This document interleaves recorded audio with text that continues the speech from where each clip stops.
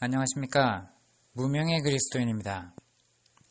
오늘은 성직자 평신도 구분은 사라져야 한다 라는 주제로 첫 번째 말씀을 나눠보겠습니다. 가짜 목사, 진짜 목사, 하나님께서 목사로 부르셨다고 누가 그래? 한번 생각해 봅시다. 진짜 목사나 가짜 목사나 하나님은 목사를 세우기 위해 부른 적은 없습니다. 부패한 목사나 정직한 목사나 목사를 세우기 위해 하나님은 부른 적이 없는데 우리는 흔히 나를 주의 종으로 부르셨다. 목사로 세우기 위해 하나님이 특별히 선택하셨다. 라고 말하는 것들을 흔하게 할 수 있습니다. 성경에 그것이 어디 나와 있는 부분일까요? 전혀 없습니다. 신약 성경에 아무리 눈 씻고 찾아봐도 그러한 부분은 없습니다. 하나님께서는 목사가 필요한 것이 아닙니다. 하나님의 진정한 자녀 되길 원하십니다. 예수 그리스도의 십자가의 공로로 구원받은 그 믿음으로 칭의, 의롭다고 일컬어지는 그 하나님의 자녀들을 부르고 계십니다. 예수 그리스도 안에서 그 십자가의 피로 말미암아 아들들, 자녀들을 부르고 계십니다. 이 차이를 왜 모르는지, 도대체 언제까지 이런 것들을 구분해줘야 하는지, 신학교를 가서도 너무나 당연한 이것들을 왜 구분해줘야 되는지를 모르고 있는지, 한때 구약의 선지자들을 부르시던 때가 있었습니다. 그런데 그 구약의 모든 때는 예수님의 십자가 이후에 다 끝나버립니다. 이제는 예수님께서 다 이루신 그 목적에 따라서 찾으시고 복음을 듣고 진정으로 믿어 거듭난 그리스도인들로 부르시고 계십니다. 근데 왜 감히 목사가 끼어서 이 난리를 피웁니까? 역사적으로 종교개혁 가운데 성직자 계급으로 철저하게 분류된 가톨릭 사제들의 비리와 횡포를 정녕 기독교 리더들인 신학교 가서도 이것들을 알고도 왜 이러한 것들을 없애지 못하고 있을까요? 왜 교인들한테, 왜 자신들에게 맡긴 양이라고 하면서 성도들한테 정말 이러한 부분들을 제대로 가르쳐 주지 않을까요? 그러한 세력을 거부하고 사람들에게 그러한 종교 지도자 세력이 잘못되었다는 것을 전파하고 올바른 신앙을 전하기 위해 당시 너무나도 많은 무지한 백성들에게 가르쳐야 할 사람들이 세워질 필요가 있었기에 목사라는 이름으로 안수를 하여 그들을 세우기 시작한 주님이 역사 가운데 허락하셨던 역사였던 것이 이제는 세력이 커지고 조직이 갖추어지면서 완전히 전통으로 굳어져서 본질을 잊어버리고 이제는 오히려 종교개혁을 이룬 그 세력들이 가톨릭 사제들을 그토록 비난하면서 정말 나와서 프로테스탄트 반항아들이라는 이름을 가진 우리 종교개혁을 따르는 우리 개혁신앙을 따르는 그러한 무리들이 가톨릭 사제 제도만큼이나 탄탄하게 성직자 자리로 구분하여서 목사 자리를 높여서 사제라는 이름이 다시 목사라는 이름으로 바뀌었을 뿐인 그러한 역사 가운데 있다는 것을 우리는 깨달아야 합니다. 구약에 제사장 없이는 제사를 드리지 못했던 시대처럼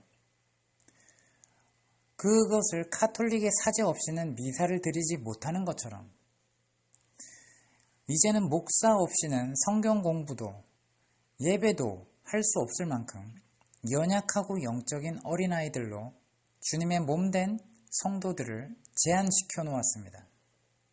그렇기에 목사라는 소중한 직분이 자기 밥그릇을 챙기는 수단으로 전락된 것입니다. 평신도 사역자라는 말 자체가 잘못된 것이란 말입니다.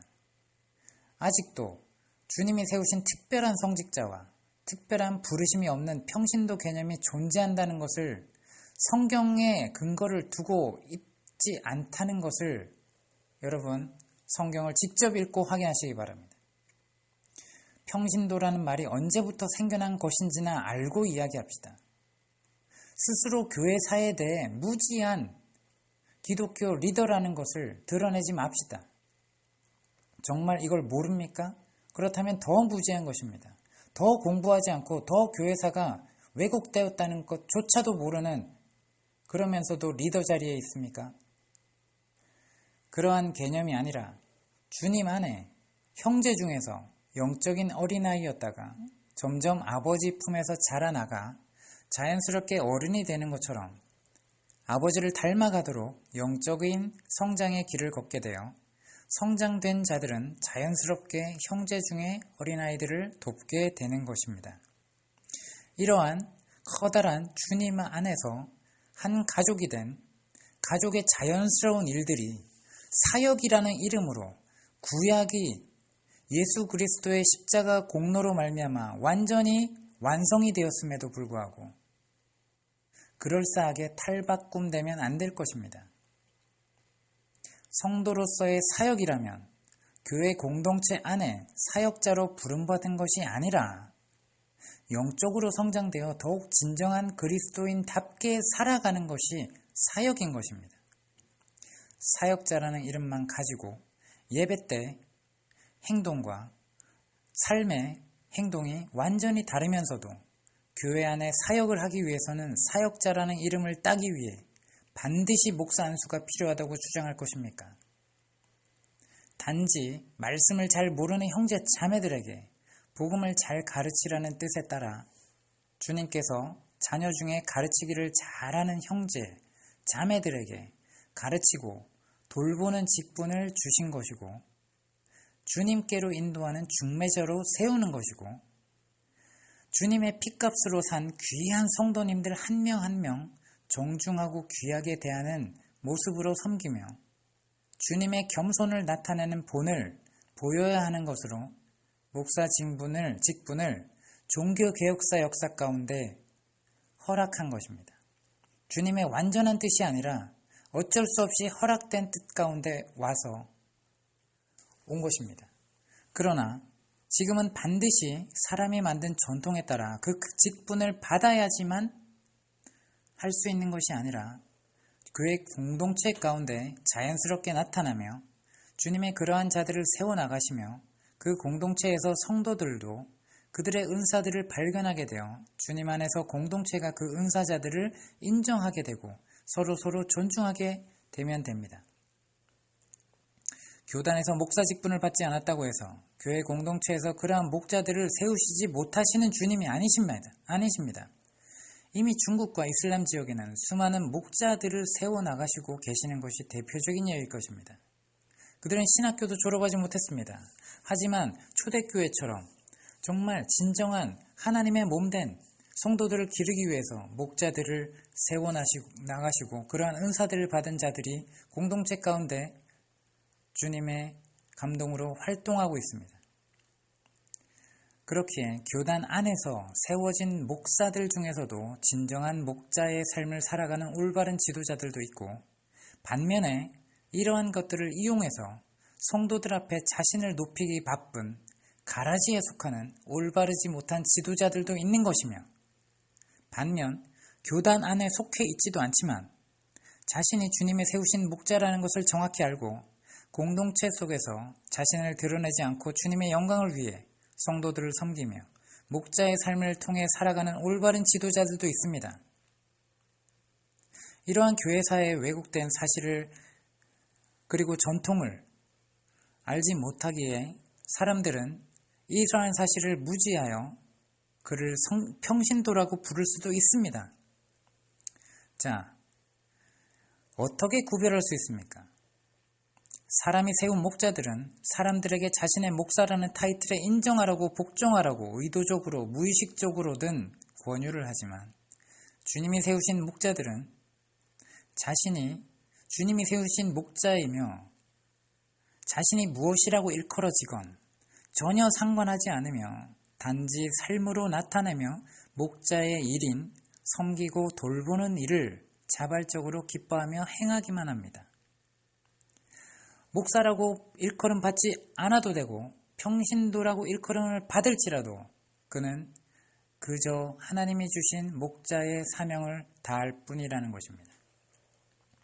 교단에서 반드시 목사 안수를 받아야만 목사로서의 대표적인 역할인 목자 직임을 감당할 수 있는 것이 아닙니다. 진정한 목자로 세움받은 자들은 목자 대신 주님을 따르도록 자신의 직임을 내세우며 강조하지 않습니다. 아무리 힘이 들고 어려워도 누가 알아주지 않아도 그 직임의 소명을 다하고자 하는 자들입니다. 우리는 모두가 주님 안에서 한 형제입니다. 이 사실을 진정으로 믿는다면 교회 내에 계급적, 수직적 분위기로 만들거나 목사 말을 들어야 하나님의 명령에 순종하는 것이라며 자신을 높이는 어리석은 일은 하지 않게 될 것입니다. 여러분, 분별하십시오. 성령의 감동에 따라 분별하십시오. 주님께서는 누가 나의 형제요 자매냐, 누가 나의 부모냐 라고 하신 것처럼 우리는 주님 안에서 모두가 형제입니다. 또한 성직자, 평신도 개념을 거부하며 한 형제로서 어린 동생을 돌보는 큰 형처럼 주님을 따르는 본을 보이며 그러한 삶으로 함께 주 안에서 어린 형제들과 그리스도의 장성한 분량까지 자라나기를 소원하면서 주님의 몸된 공동체를 섬길 것입니다. 당신이 섬기는 교회는 진정 이런 가족입니까? 아니면 세속적인, 제도적인, 위계적인, 계급적인 질서입니까? 우리는 주님 안에서 진정한 가족인 유기체적인 공동체가 교회라는 주님의 몸된 그리스도 안에 거하는 삶을 살아가는 공동체라는 것을, 그것이 참된 교회라는 것을 우리는 깨달아야 할 것입니다.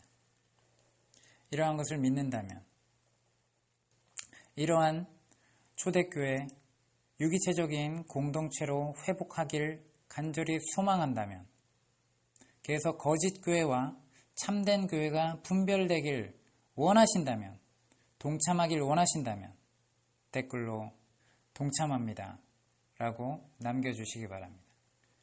이상입니다.